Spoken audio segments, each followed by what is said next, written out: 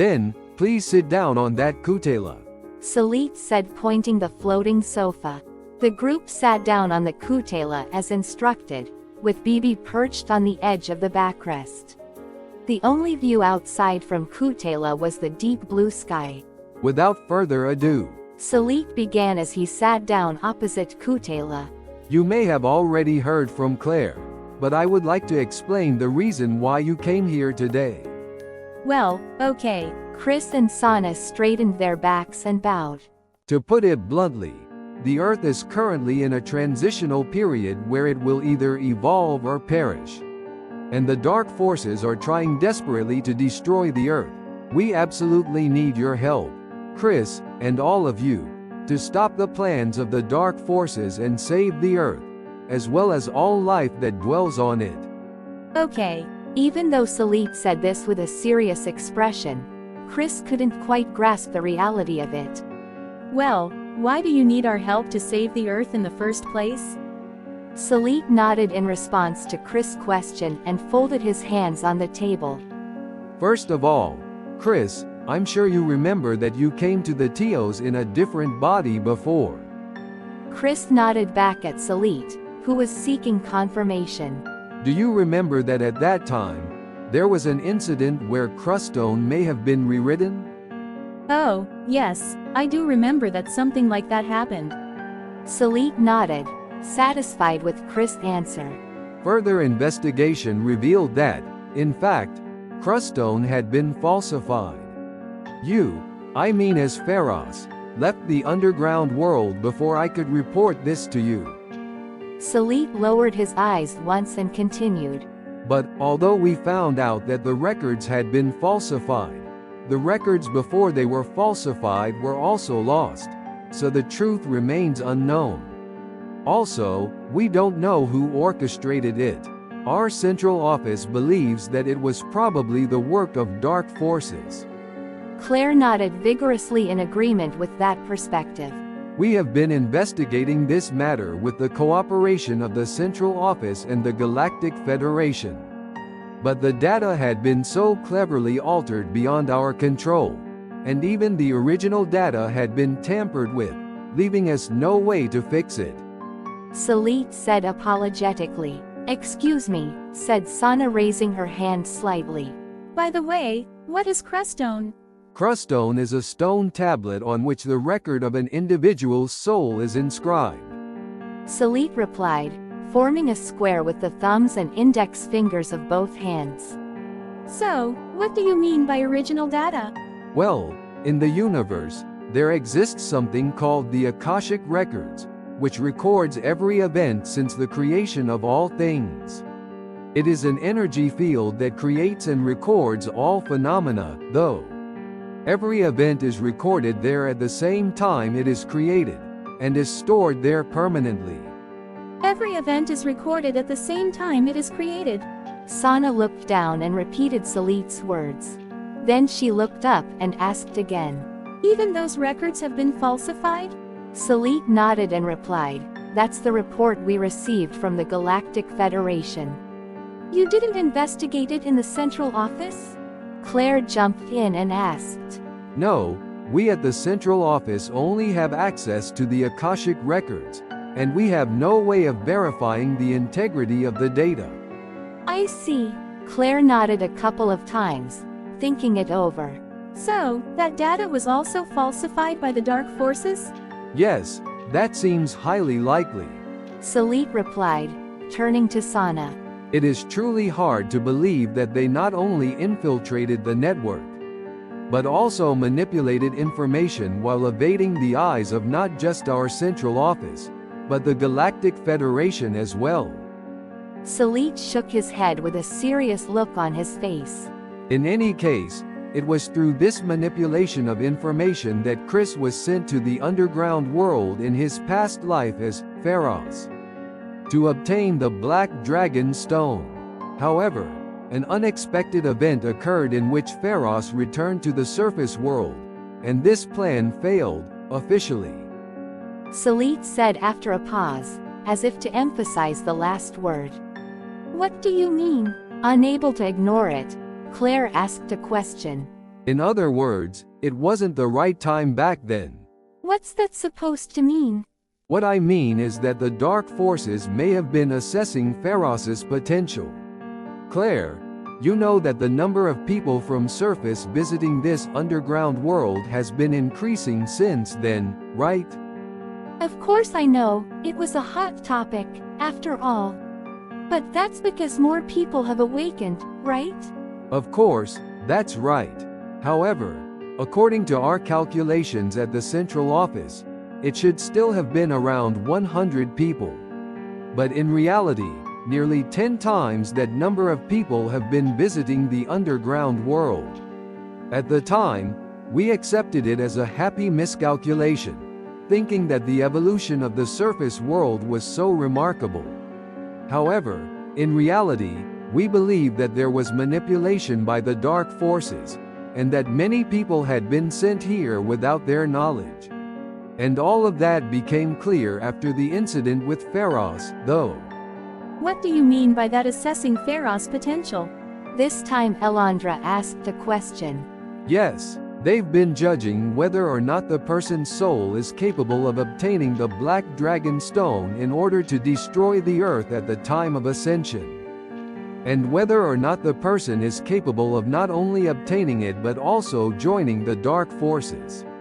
In that sense, it is highly likely that Chris was probably excluded from the suitability. Really? But you said Chris had the aptitude.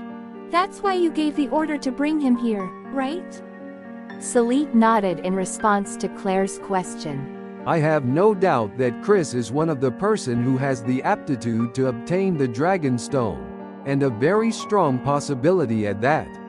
So, why? Because the dark forces might have decided that Chris' soul is a little too close to the light. The dark forces are looking for souls who have the aptitude to obtain the Black Dragon Stone and who also have a shadowy side. Because that makes it easier for them to take in their souls to the dark side.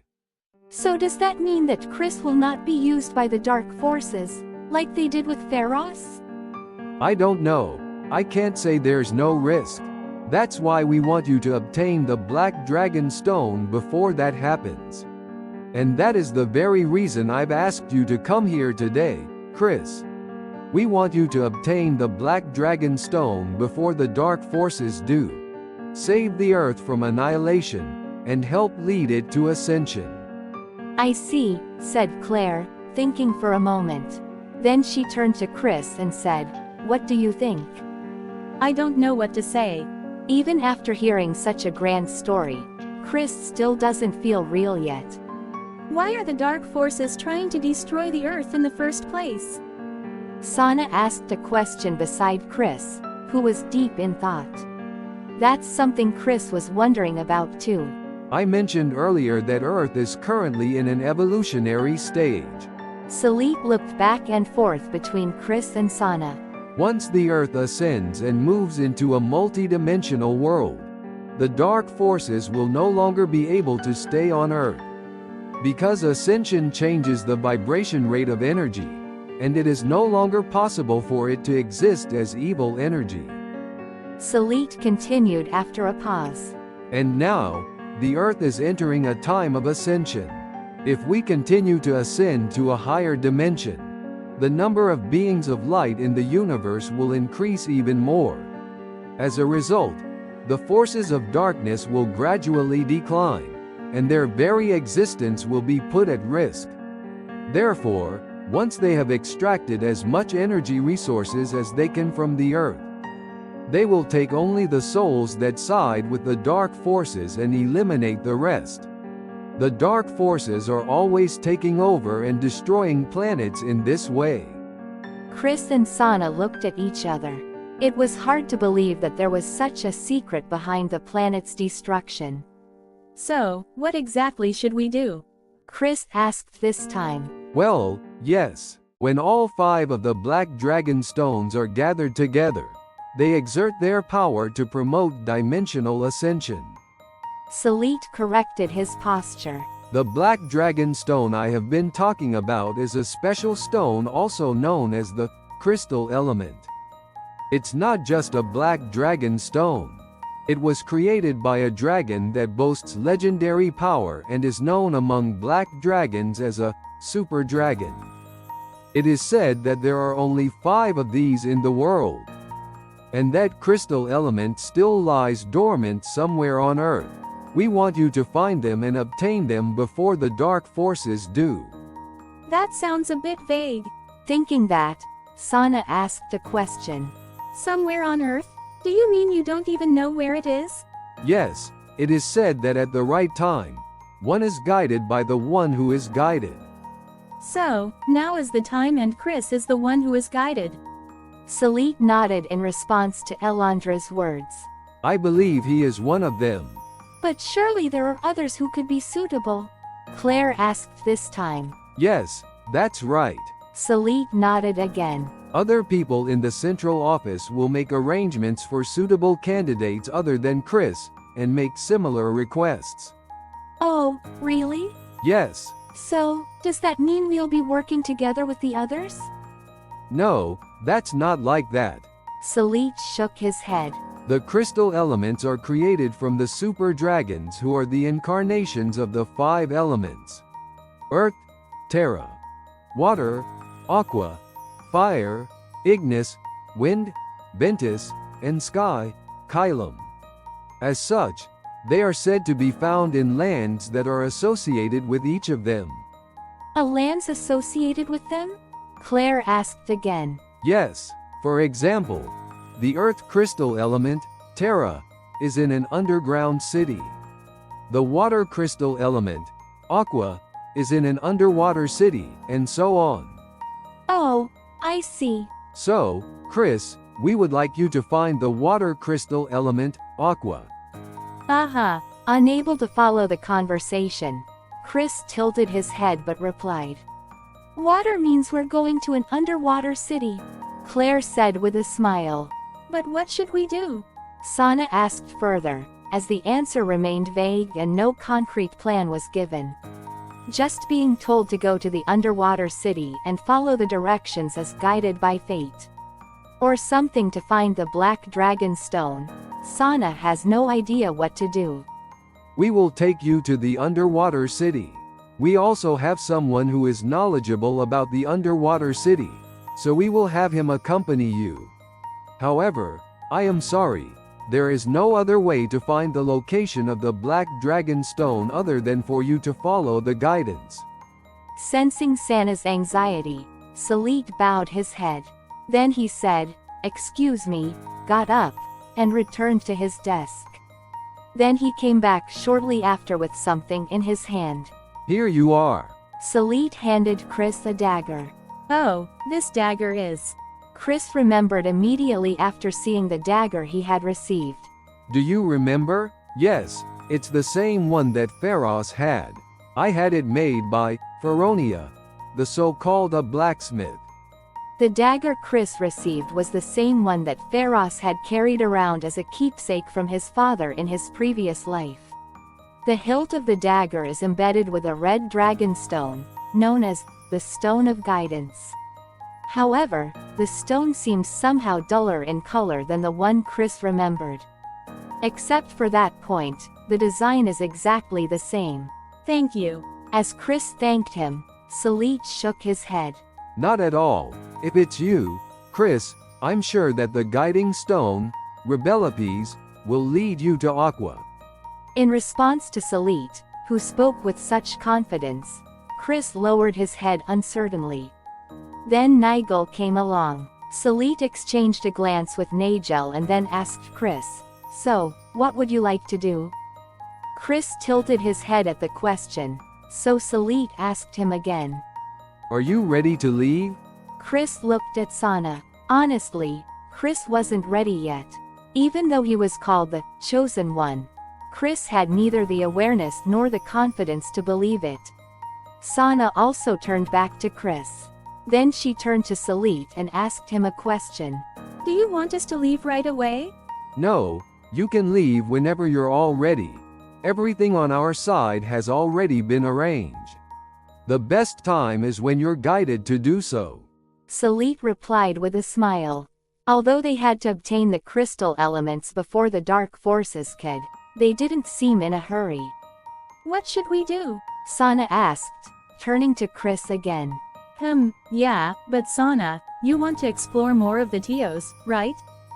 But to be honest, I don't feel like sightseeing anymore. Sana said, looking down. It was exactly as Sana said.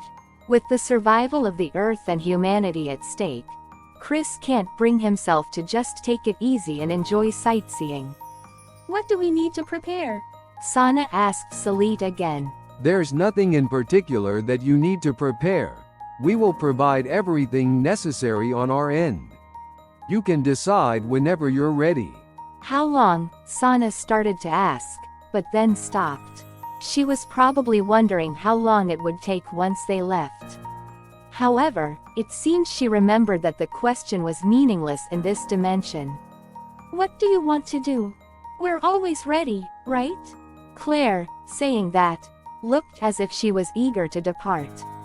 Both Ramal and Elandra nodded in response to Clare's question. Chris and Sana exchanged glances and nodded at each other. Chris was a bit worried, but since he had to go anyway, he wanted to get it done as soon as possible. Sana also picked up on Chris's feelings. Are you ready? Salit confirmed, as if sensing that the two had made up their minds. Nodding at Sana once more, Chris replied, yes.